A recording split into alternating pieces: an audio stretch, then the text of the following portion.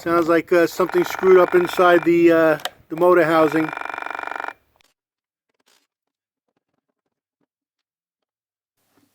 can see in the factory they did a kind of a crappy job dressing these wires. And you can see that the wire here is actually looks burnt. Half of the strands never made it into the connector. So this connector has evidence of overheating and arcing.